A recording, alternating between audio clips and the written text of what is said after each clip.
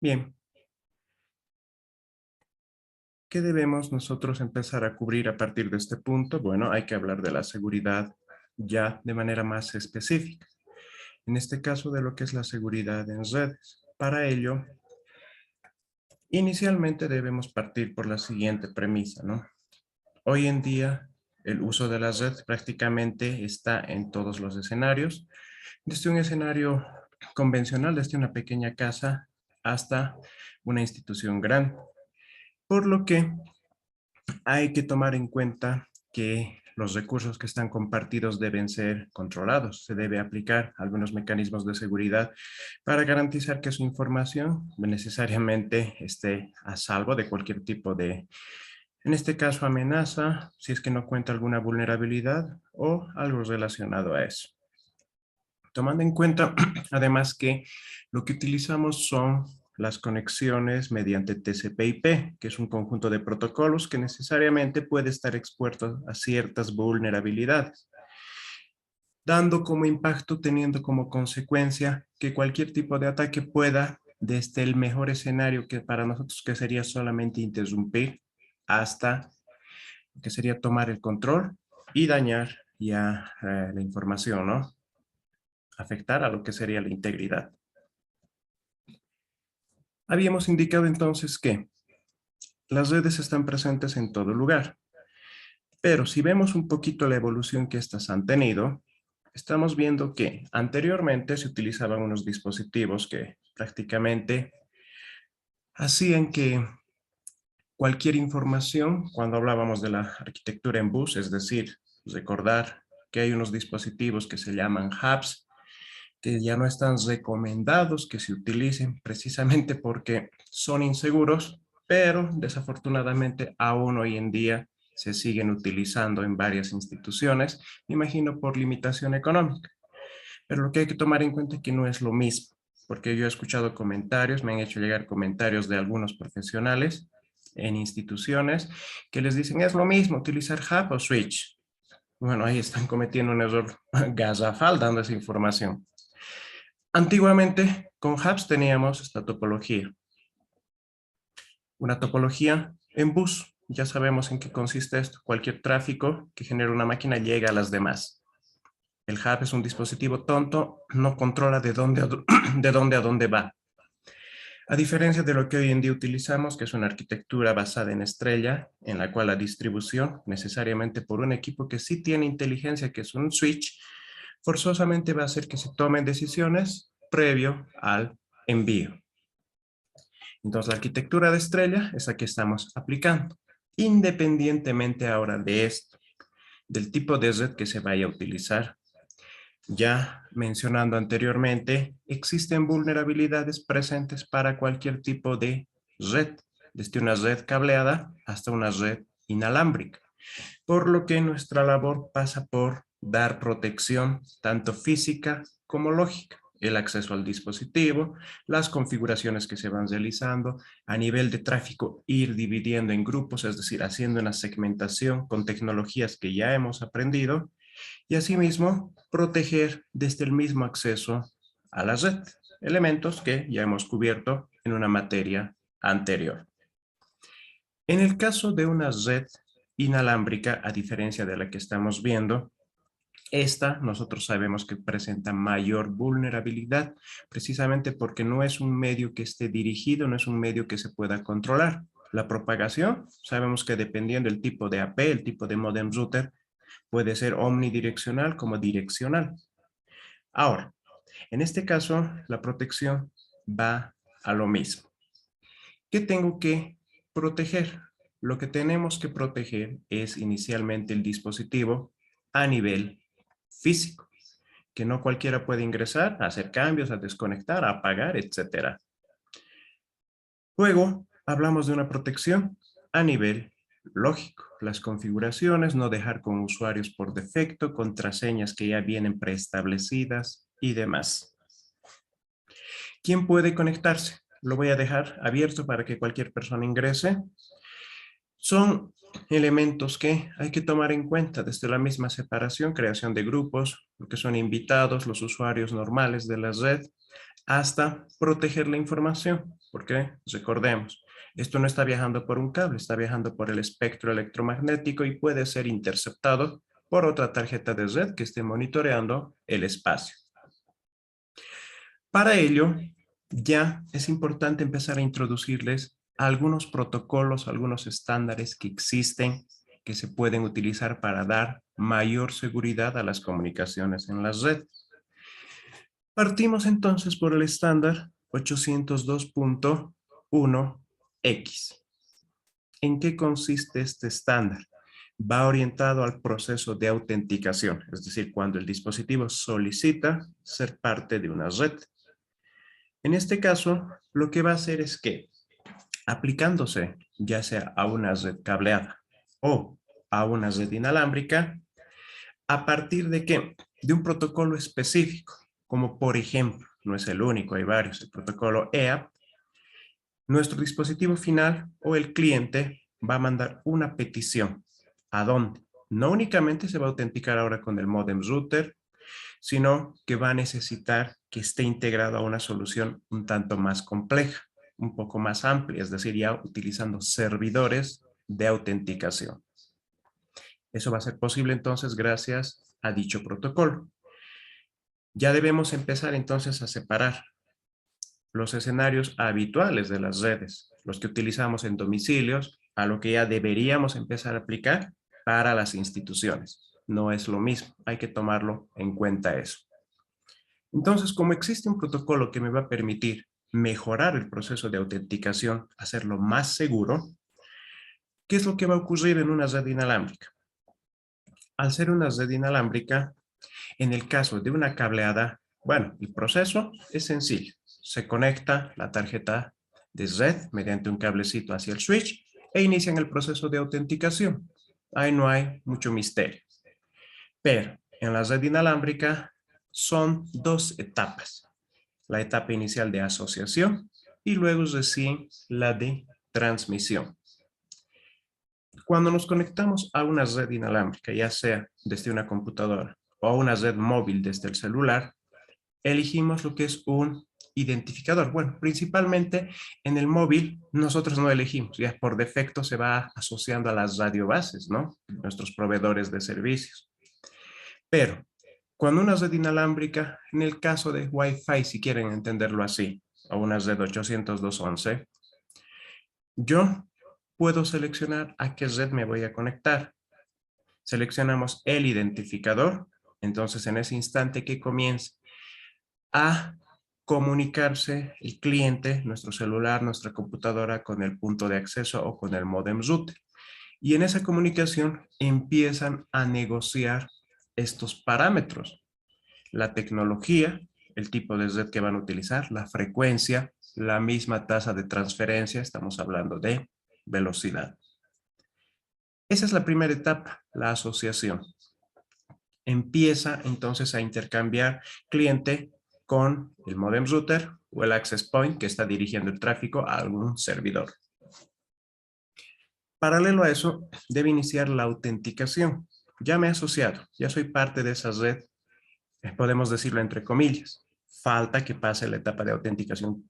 ¿Realmente soy quien digo ser? ¿Realmente tengo permisos para asociarme a esta red? Y en la etapa de autenticación se da ese permiso, considerando cómo es que se ha hecho la configuración. Si es, en este caso, una configuración abierta, en la cual lo dejamos sin protección, cualquiera que se conecte o que mire la red va a poder conectarse. Puede ser compartida, en la cual estamos utilizando una clave, una contraseña que se va a utilizar tanto para cifrar como para la etapa de autenticación. En el caso del acceso seguro, ya son dos claves que se utilizan. Una específica para la autenticación de los clientes con el modem router o access point y otra para el cifrado. A esto sumarle que tenemos otro mecanismo de autenticación que es un poquito más seguro. Un poquito más le digo porque en realidad sabemos que no hay nada seguro, ¿no? Nada 100% seguro, que es haciendo filtrado MAC, es decir, protegiendo el acceso a la red utilizando las direcciones de capa 2. Pasa a la etapa de autenticación. Ya se ha conectado a la red, ha negociado los parámetros, cualquiera de estas sea la que hemos nosotros predefinido, hemos configurado, pasa a esta etapa y recién nuestro dispositivo comienza a transmitir. Comienza recién a enviar datos hacia la nube. ¿Qué se nos recomienda paralelo a esto? Que lo hacemos por defecto en los dispositivos. ¿Cómo aseguramos ese canal? Para que no cualquiera que intercepta pueda ver la información en texto plano. Se recomienda hacer el cifrado de la comunicación, asegurar el canal entre el cliente, el modem router. Para ello, ¿qué es lo que se utiliza? Tenemos algunas variantes que están viendo acá. El protocolo web, el protocolo WPA2, son algunas variantes que están presentes para ello. O el WPA3, que habíamos presentado en una materia anterior, que es el más seguro de momento. Sin embargo, tampoco está presente en todos, la mayoría de los dispositivos a los cuales tenemos acceso, al menos en nuestra realidad, en nuestro contexto.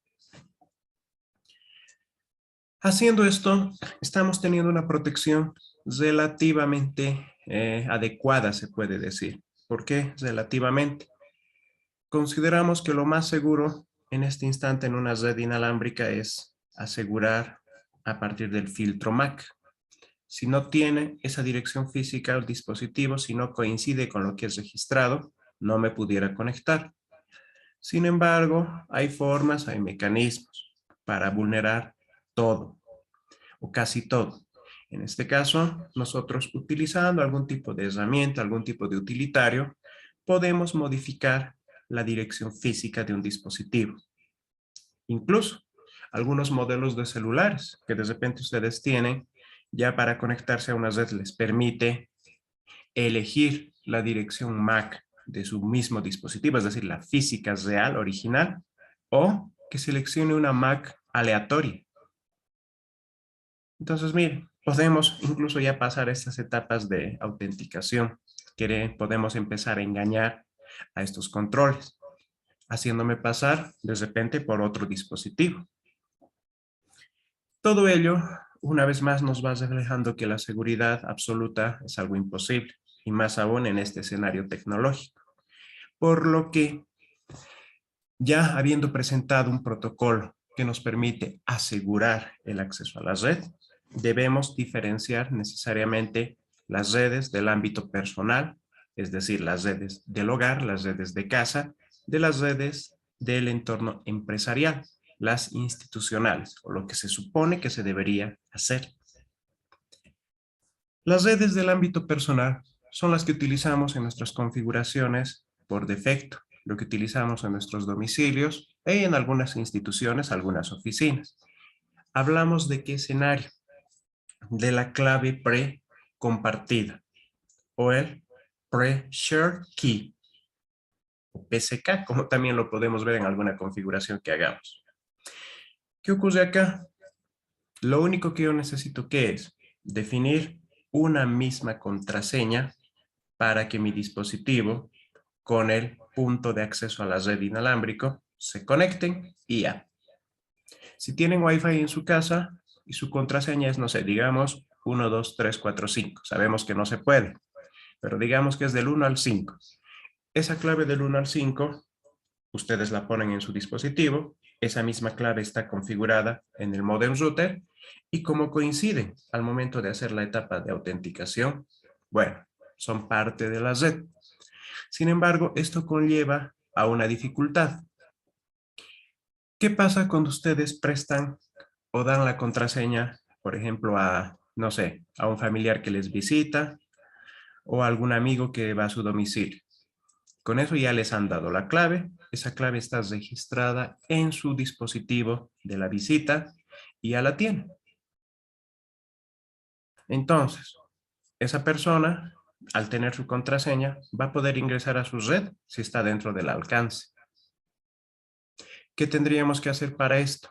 Puedo aplicar el filtrado a partir de direcciones MAC o el otro escenario, si es que no sé hacer eso.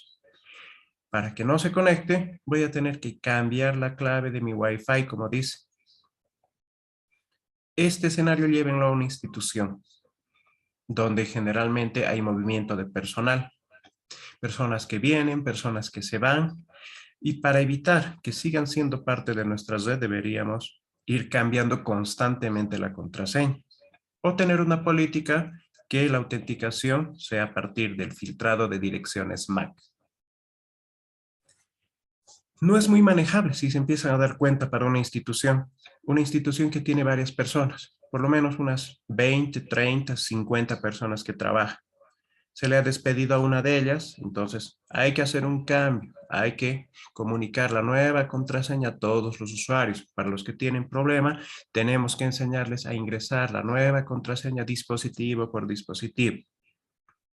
Entonces, no es muy adecuado esta parte para una institución.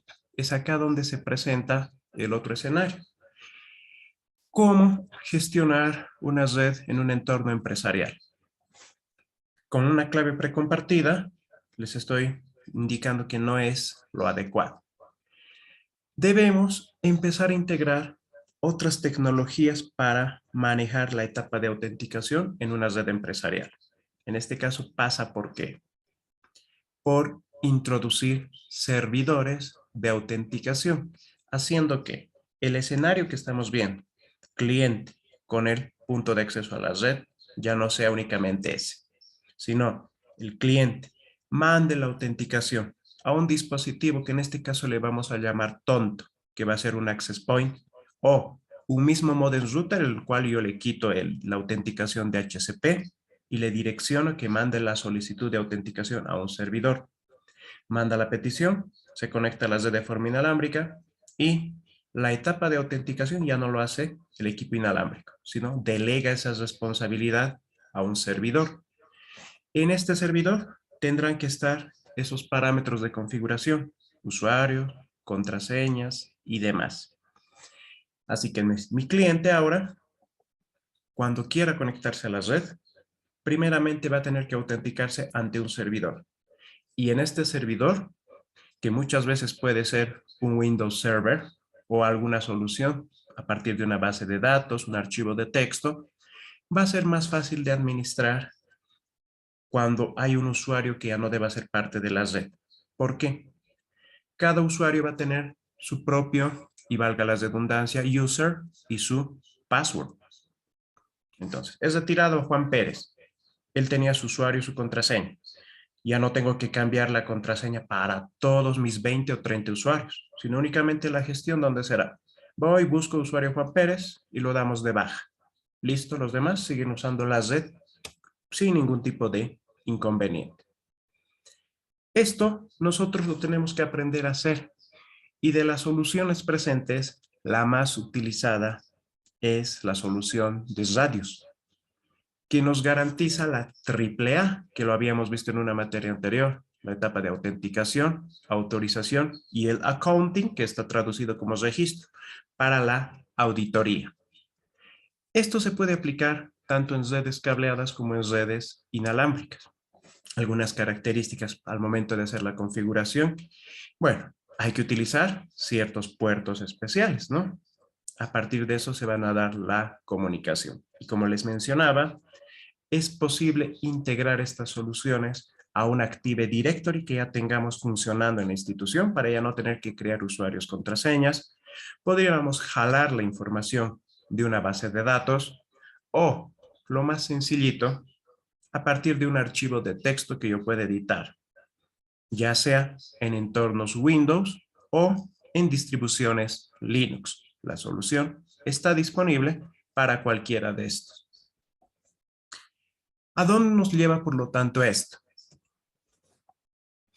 Para mi solución empresarial, yo tengo que considerar la utilización necesariamente de un equipito adicional, ya sea virtualizado, ya sea un servidor dedicado o quizás un dispositivo que no esté utilizándose, que lo podemos reciclar para ello, podemos reutilizarlo, ya que no consume muchos recursos esto. Tendría este servidor. En este servidor instalamos, lo habilitamos como un servidor Radius, es decir, haciendo la instalación, la configuración. En este van a estar usuarios y contraseñas. lo extendemos, hacemos la conexión hacia el equipo inalámbrico, que reitero, puede ser un access point como los que tenemos distribuidos por la universidad de esos APs. Puede ser un mismo modem router que lo hacemos trabajar simplemente como un access point. Entonces, cualquier petición que se vaya a mandar, claro, ¿no? Deben estar relacionados, deben estar en el mismo segmento de red, por si acaso.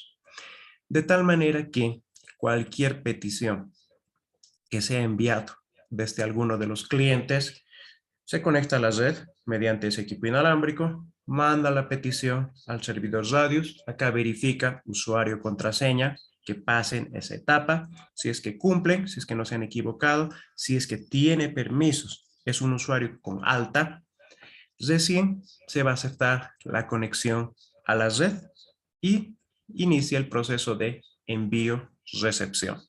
Caso contrario, el cliente no se va a conectar a la red. ¿Qué más se puede controlar además en esto? Puede ser que algún usuario, yo te paso mi usuario y mi contraseña para que otro pueda conectarse. A partir de estos radios podemos ir controlando eso. Simplemente que un usuario pueda tener un solo dispositivo que se asocie a la red. Si está utilizándose, otro ya no va a poder. O se puede habilitar, por ejemplo, un estudiante que pueda conectarse a partir de una laptop y a partir de su celular. Hasta 2 dispositivos máximo por cuenta. Todo eso es configurable, es posible hacerlo. Por eso les digo que es más fácil de gestionar entonces una red cuando tenemos muchos usuarios haciendo esta integración. Entonces, son 3 etapas en realidad que se debe seguir para obtener este tipo de solución. Instalar, habilitar lo que sería el servidor Radius. Y dentro de esto, como ya les había dicho, dependiendo de la alternativa que hayamos elegido, ya sea una base de datos, ya sea la lista creada en un Active Directory o un archivo de texto, vamos definiendo usuarios, contraseñas y las direcciones IP que les va a ir asignando. Podemos hacerlo estáticas como dinámicas. Teniendo la configuración de los usuarios y los permisos que tienen en el servidor, si es que yo no tengo un access point puro, yo debo hacer una vinculación y mucho va a depender del tipo de dispositivo. No todos los modem routers que usamos actualmente nos dan esa flexibilidad de poder asociarse a un servidor Radius. La mayoría de los equipitos TP-Link sí nos permiten hacerlo. Los que nos dan Intel, que son Huawei, creo, algunos modelitos, dependiendo de la actualización, sí nos dejaban. Otros ya no. Algunos equipos Cisco tampoco me dejaban actualizar o conectar las radios. Otros sí. O sea, hay que verificar. ¿Y cómo nos vamos a dar cuenta de eso? ¿Dónde lo encontramos? Entrando a las propiedades inalámbricas, donde yo defino la protección que se va a dar. Acá vean, está seleccionado WPA2. Y acá me permite, puedes conectarte a lo que es un servidor Radius, en el cual yo le tengo que pasar como parámetros lo que es la dirección IP y el puerto que se va a utilizar. Si es que recordarán, cuando configuramos un modem router, yo puedo elegir web, simplemente web. Puedo elegir WPA, WPA2. En otros modelitos está presente también WPA2, pero con un guioncito y dice Enterprise, es decir, un entorno empresarial. Eligiendo esa opción, si es que tiene, se nos va a habilitar la posibilidad de direccionar, de integrarlo a un servidor Radius, como estamos viendo. Entonces, tengo el servidor Radius. Verifico que mi dispositivo inalámbrico pueda integrarse al mismo. Y por último, sería la habilitación, la configuración del cliente. Esto cuando yo voy a hacer una autenticación basado en capa 2. Es decir, debo habilitar la tarjeta de red para que hable el mismo idioma que yo estoy queriendo configurar. Y mire, ¿qué se habilita acá? Hay que hacer la habilitación del protocolo seguro, el 802.1x. ¿Qué protocolo va a utilizar? ¿De qué manera? Para que al momento de que mi cliente vea la red inalámbrica, haga clic en ella y quiera conectarse, ya me pida directamente la contraseña, pero no la contraseña del modem router, sino la contraseña del usuario, tanto su login como su, en este caso, valga la redundancia, user y su password. Son 3 etapas que habría que seguir para poder tener este tipo de solución, hablando en este caso en una red pequeñita. Simplemente con esto estamos mostrando que se puede aplicar en su mismo domicilio a partir del modem router que puedan tener. Tendrían una solución de este tipo y toda la gestión de sus usuarios lo harían acá. Esto no quiere decir que solamente sirve en un domicilio. Si lo quieren llevar a un entorno empresarial, es posible, pero se recomienda para un entorno empresarial hacer otro tipo de configuración que pasa por la habilitación de los portales cautivos.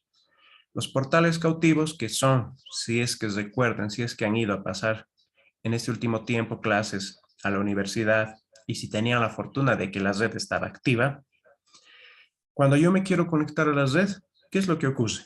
Con lo que estamos viendo, lo único que pasaría es que al momento de hacer clic en el identificador, el mismo sistema operativo me abre una ventanita para que ponga usuario, contraseña. Pero en una solución más avanzada, que debemos ir viendo en las siguientes, lo que ocurre es, yo interactúo con una página web. Este portal cautivo que les digo no es otra cosa que una página web que se me carga. Cuando me quiero conectar a la red, se me abre el navegador, quiero navegarlo o quiero entrar a cualquier página a partir de un navegador, lo primero que me va a cargar es el portal cautivo de la institución, una página web que me va a decir, introduzca su usuario, introduzca su contraseña, y si es que yo no lo hago, no me da permiso de navegar por el internet. Sí o sí tengo que pasar la etapa de autenticación, poniendo usuario, poniendo contraseña. A partir de ello, recién tuviera acceso a la red. Entonces, otra variante es otra forma de hacer lo mismo, ya que si bien utilizo esta alternativa o si bien utilizo un portal cautivo, en segundo plano, por detrás, el que está haciendo la etapa de autenticación es un servidor, Radius principalmente.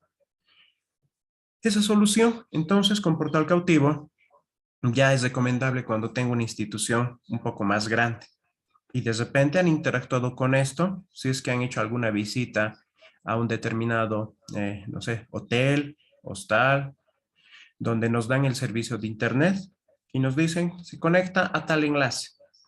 O esta es la contraseña, este es su usuario, esta es su contraseña. Yo me conecto a la red y me aparece la paginita web. Hotel, no sé, por ejemplo, Hotel Tomás Frías, Hotel Domingo Sare, Hotel Potosí. ¿Qué están utilizando en esa solución? Si ven esa paginita para autenticarse, es un portal cautivo. Así que también tienen que aprender a hacer la configuración de esto. Son soluciones de red que se necesitan. Ya no podemos dejarlo únicamente en he aprendido, sé hacer este tipo de conexiones, habilitar el modem router para que se conecte cualquier usuario.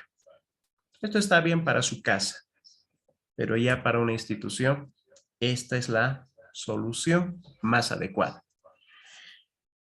Entonces, ¿cuál sería lo siguiente? ¿Qué es lo que viene a partir de esta socialización? Y mucho va a depender del tipo de equipo que se tenga. Tratar de hacer la configuración, reitero, dependiendo a la disponibilidad del equipo.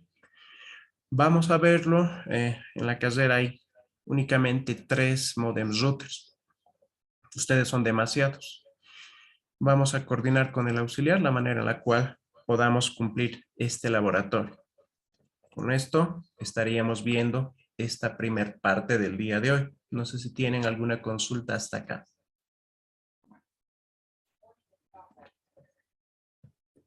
Complementando a lo que sería la solución que me permite inicialmente ser parte de una red, autenticarme, ahora debemos ver quién se encarga de las políticas de los controles de seguridad. Y este dispositivo es el conocido como firewall o como lo traducen los cortafuegos.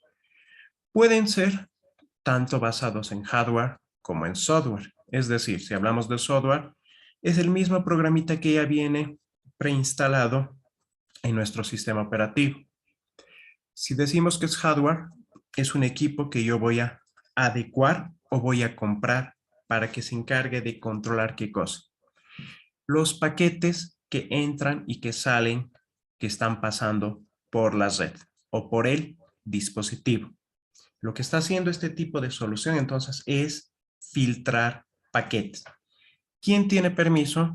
¿Quién no tiene permiso de hacer algún tipo de acción, de visitar una página web, de ingresar a algún servidor, etcétera? Son dos tipos de firewalls si los vemos desde su clasificación. Los firewalls basados en host, que ya les he dicho, son los que se instalan en nuestros equipos, y los firewalls de red, en el cual nosotros vamos a adecuar un dispositivo para que trabaje como firewall, haciendo algún tipo de configuraciones. Ya sea alguna de estas dos variantes, ¿qué va a hacer este firewall? En teoría, lo que está haciendo es permitir que los paquetes viajen. En otras palabras, los está enrutando, pero aplicando algún tipo de configuración. ¿Qué tipo de configuración? Bueno, yo lo defino. Son reglas que yo voy poniendo. Tal usuario desde tal IP tiene permiso para entrar solo a estas páginas web. Este otro usuario o este grupo de usuarios restante no tiene permiso para entrar. Este primer grupo va a utilizar máximo 256 de ancho de banda. Este otro grupo, que es la parte gerencial, esto puede utilizar hasta 2 megas. Son reglas que nosotros vamos creando, vamos definiendo.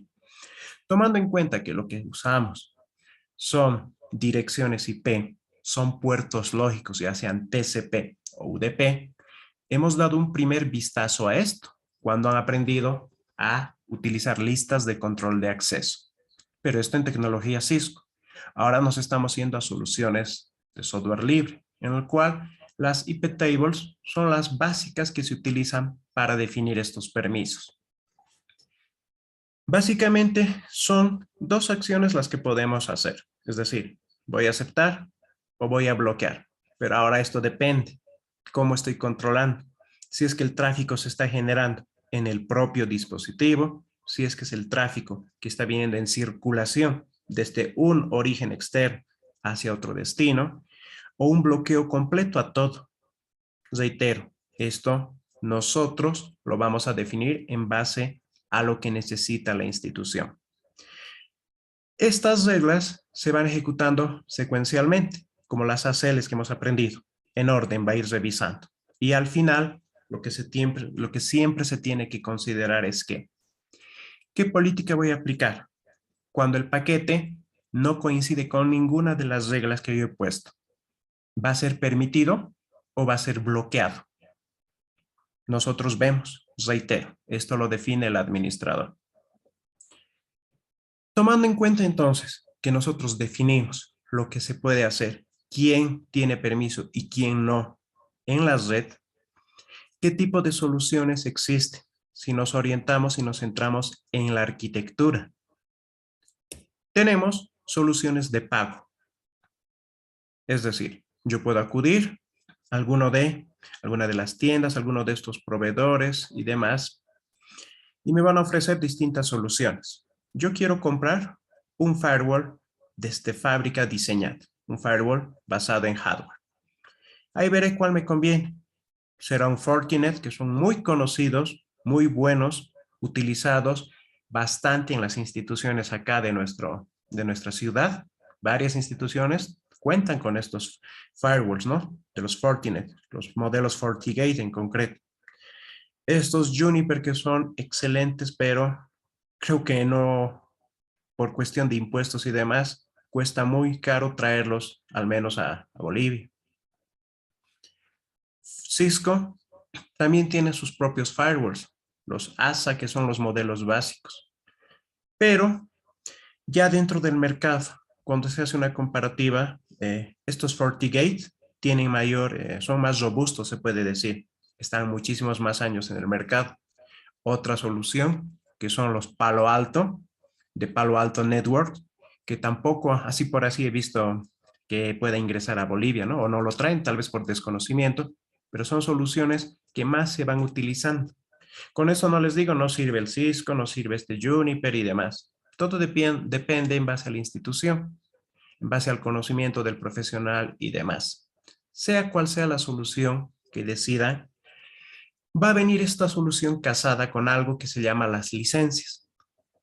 Me van a vender el fierrito, así el equipo así bonito como lo vemos, pero lo que hace que puedan facturar estas instituciones es estas licencias.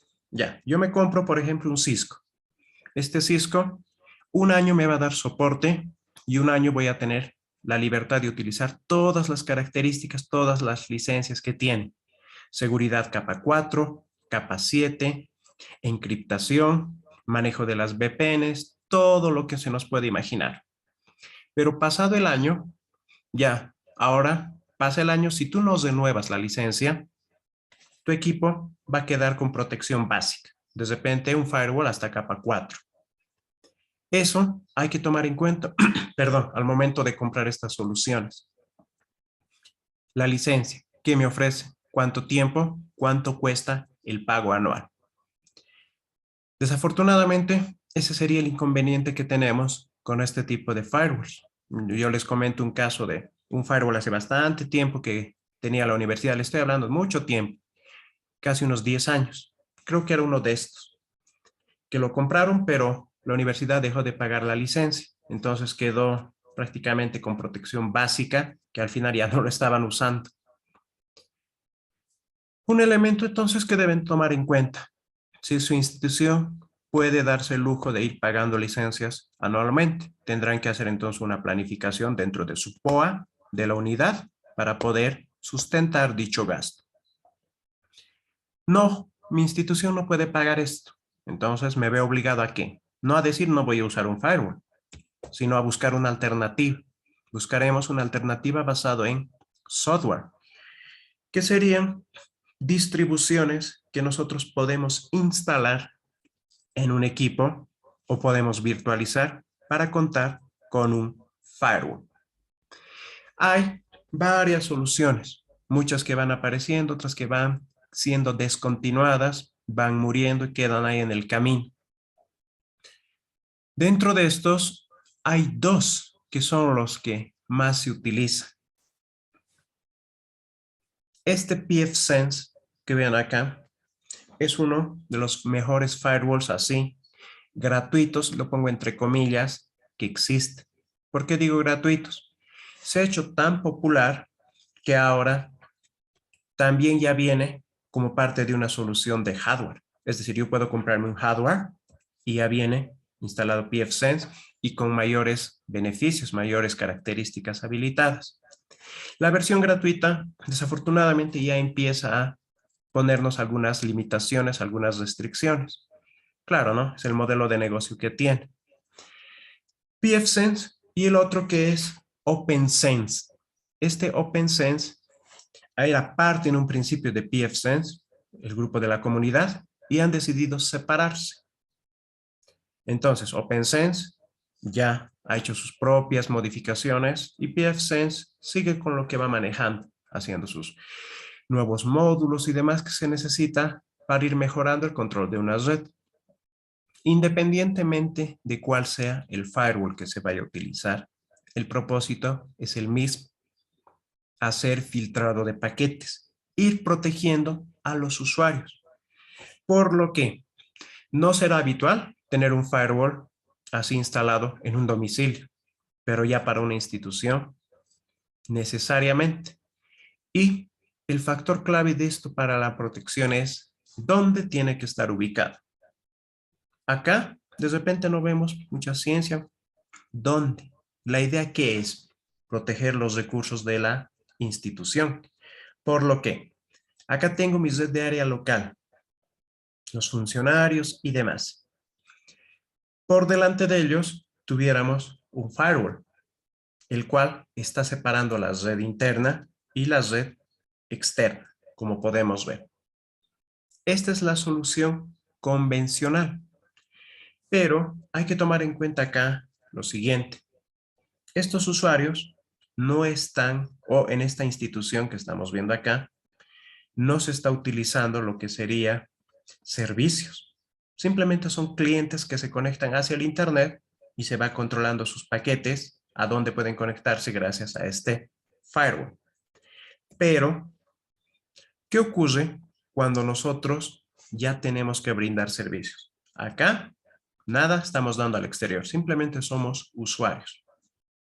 ¿Qué pasa cuando en mi red de área local ya hay servidores? Yo tengo un servidor donde tengo de repente una página web, o no solamente una página web, un mismo sistema web que acceden otras personas desde el exterior. Eso es lo que hay que tomar en cuenta. No puedo así nomás decir, acá en mi red de área local le voy a poner un servidor para que vengan desde afuera y entren a mi red de área local. Estaríamos aperturando la posibilidad de que nuestros clientes se vean atacados desde el exterior. Entonces, cuando tengan que dar servicios como institución ustedes hacia el exterior, hay que hacer una modificación. Hay que presentar otro tipo de escenario, incorporando lo que se conoce como las zonas desmilitarizadas o DMZs. Una zona desmilitarizada es un segmento de nuestra red en el cual se van a ubicar nuestros servidores, los que queremos que puedan ser accesibles desde el Internet o desde el exterior, ingresando a nuestra red. Pero, fíjense, lo que se está haciendo acá es separar mis clientes, mis usuarios, mi red de área local interna sigue protegida. Miren, se encuentra en esta parte, resguardada por el firewall. Y la zona desmilitarizada es otro segmento de red, el cual está a disposición del exterior. Ojo, perdón, esto no quiere decir que la zona desmilitarizada no tiene protección, que está simplemente expuesta ahí para que cualquier persona desde fuera de la nube o desde la nube venga y pueda atacarlos. Esta imagen que estamos viendo simplemente lo que está haciendo es representar que se separa a los usuarios en una red interna y donde están nuestros servidores deben estar en otro segmento. Tengan en cuenta que este firewall va a tener varias tarjetitas de red. Entonces, a partir de esas tarjetitas es que vamos creando estos segmentos. La idea es la siguiente. Cualquier conexión que venga del exterior va a entrar por una tarjeta de red a nuestro firewall. Ahora, dependiendo de las políticas que nosotros hayamos definido, acá se dirá, este tráfico quiere ir a un servidor que tenemos. Entonces, que entre a la zona desmilitarizada por otra tarjetita de red. Este usuario de la red interna quiere salir al Internet. Su tráfico llega por una tarjeta de red. Se controla el filtro. ¿Tiene permiso para salir? Sí. Entonces salga al Internet. Otro usuario quiere conectarse a la DMZ. Manda su petición. Llega al firewall por una tarjeta de red. Se evalúa. ¿Tiene permiso? Sí. Que pase. Entra entonces por la tarjeta de red a la DMZ. El firewall debería cumplir entonces estas políticas. Ubicarse entre lo que es el Internet y todas las redes, todos los segmentos de nuestra institución. Esta solución que estamos viendo está basada en un solo firewall, que es lo habitual. Simplemente yo tengo un firewall en mi institución y lo ubicamos y adecuamos de esta forma.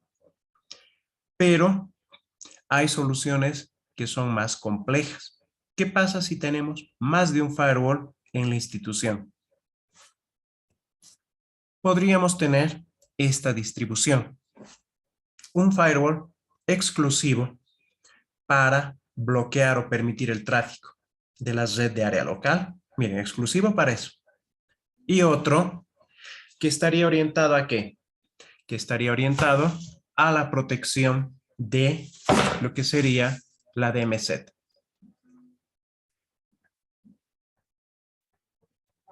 Bueno, entonces, como les decía, en este tipo de solución que vemos, la idea ¿cuál es? Separar la zona desmilitarizada a partir de un firewall que está en el perímetro de nuestra red. Cualquier tráfico que llegue, primeramente es filtrado por este. Si es a la DMZ, pasa. Si está yendo a la red de área local, va a tener un segundo filtro en el firewall. Lo mismo en el caso inverso. Desde la red de área local, cuando tenga que ir hacia el Internet, tendrá que pasar por dos firewalls. Desventajas, quieras o no, está habiendo procesamiento, está habiendo control de los paquetes, que va a hacer que disminuya en algo la calidad de la comunicación. Todos los paquetes van a entrar, revisan en un primero y en un segundo firewall. Pero, de alguna manera, con esto estamos haciendo un mayor y mejor control en la red. Recomendación, que las políticas que se vayan a configurar no se contradigan. Puede ser que en el primer firewall de la red de área local, permiso para todos los usuarios para entrar, por ejemplo, a Wikipedia. Pero en el segundo firewall, que no esté ese mismo permiso y que diga, no, de aquí nadie pasa a Wikipedia y les bloquee. Deben estar con las mismas configuraciones, ¿no? O al menos que no vayan contradiciéndose. Tomando en cuenta las soluciones de firewalls, ¿será suficiente con esto? Desafortunadamente, no es lo único que debería ser considerado en la protección de una red. Ya estoy controlando el acceso a partir de un servidor radios. Ya estoy haciendo el control, un filtrado de paquetes con los firewalls, pero hay otras soluciones que también deberían ser consideradas como solución de seguridad en las redes. En este caso, presentamos a los sistemas de detección y de prevención de intrusos, los IDS y los IPS. Ojo, no confundan IPS con el proveedor de servicios de Internet. En este caso estamos hablando de un sistema de prevención de intrusos. ¿Cuál es la característica de estos? Analizan los patrones, la estructura que tienen los paquetes que están viajando y, haciendo una comparativa con la base de datos que mantienen, son capaces de identificar ciertos patrones maliciosos. Con esto estoy diciendo, desde mismo malware hasta secuencias de ataques, como por ejemplo denegaciones de servicios y demás. Detectando esta actividad, van a poder generar alertas o alarmas. En el caso de un sistema de detección de intrusos, genera una alarma. Simplemente avisa, esto se ha detectado y nada más. Y ahora las medidas la tomará el administrador. Se ha identificado un ataque, ¿qué hacemos? O la solución más completa. En el caso del IPS, el sistema de prevención, este es capaz de interrumpir el tráfico, es decir, cortarlo. Identifica, se está dando un ataque desde tales direcciones IP, entonces yo voy a bloquear automáticamente esas direcciones IP. Esa es la diferencia entre las dos. El sistema de detección, como su nombre lo dice, solo detecta y va generando logs, va generando esa información, nos las va presentando. En cambio, el de prevención, además de identificar, también puede tomar acciones, como es el bloqueo de dichas IPs. Alternativas. Podemos utilizar desde el viejo y conocido Snort, que era una solución libre, que sin embargo ha sido adquirida hace un par de años atrás por lo que es Cisco. Lo ha puesto como parte de su solución.